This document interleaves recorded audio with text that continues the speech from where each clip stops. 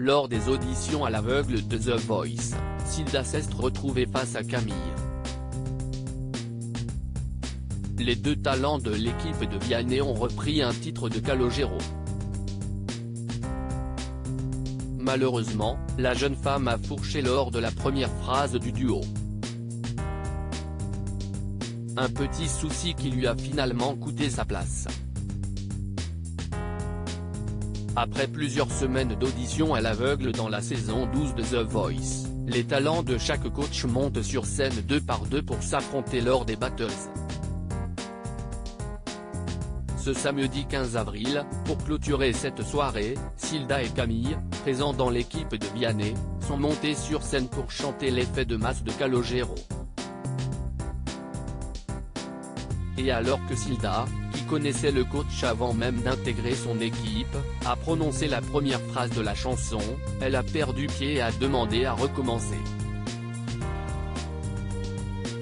Une requête qui n'a malheureusement pas été acceptée. Un moment particulièrement déstabilisant qui lui a finalement coûté sa place. Pour Télé Loisirs, elle revient sur sa participation et évoque ce petit couac. Silda, The Voice, connaissait déjà Vianney, je ne pensais pas qu'il allait me reconnaître. Télé Loisirs, comment vous êtes-vous retrouvé dans The Voice? Silda, un peu par hasard. Je n'avais pas pour ambition de faire de la télé, mais ils sont venus me chercher l'année dernière. J'avais dit non, je ne me sentais pas prête, je voulais être sûre de moi.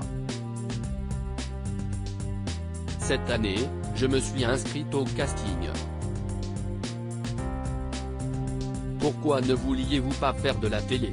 Je n'aime pas trop la compétition, ça me faisait peur. Je fais de la musique parce que j'aime ça, et j'aime partager avec les gens. Finalement, j'ai fait The Voice et c'était hyper bienveillant. Au-delà de la compétition, on a créé beaucoup de liens avec tous les candidats. Ça m'a vachement plu. Lors de votre audition à l'aveugle, Vianney vous a rejoint sur scène. Vous attendiez-vous à ça? Pas du tout. J'espérais qu'il se retourne. C'était l'espoir numéro 1. Je ne pensais pas qu'il allait me reconnaître car ça faisait 5 ans depuis notre rencontre. En 5 ans, on évolue. Et je n'avais jamais imaginé ce duo. Je pensais que ça devait se préparer si ça se faisait. Je ne m'y attendais pas.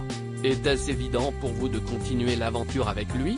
Avant même le tournage des auditions à l'aveugle, je voulais aller dans l'équipe de Vianney. Comme on s'était vu avant, pour moi, c'était la suite logique. Il avait beaucoup de choses à m'apporter. En vrai, j'ai hésité un peu avec Zazie car elle a été très convaincante, mais j'ai été avec mon choix du cœur. Silda, The Voice 2023, j'ai fourché sur un mot et ça m'a déstabilisé. Quel genre de coach Vianney a-t-il été pour vous? Si est-il quelqu'un de très simple et très humble? C'était le même qu'il y a 5 ans. Il nous a donné plein de conseils. J'ai retrouvé les mêmes valeurs qu'il avait à l'époque. On a une conversation sur Instagram avec tous les talents de la team Vianney et à chaque prime il se manifeste et nous envoie beaucoup de force. Lors des premières notes sur scène, vous demandez à recommencer la chanson.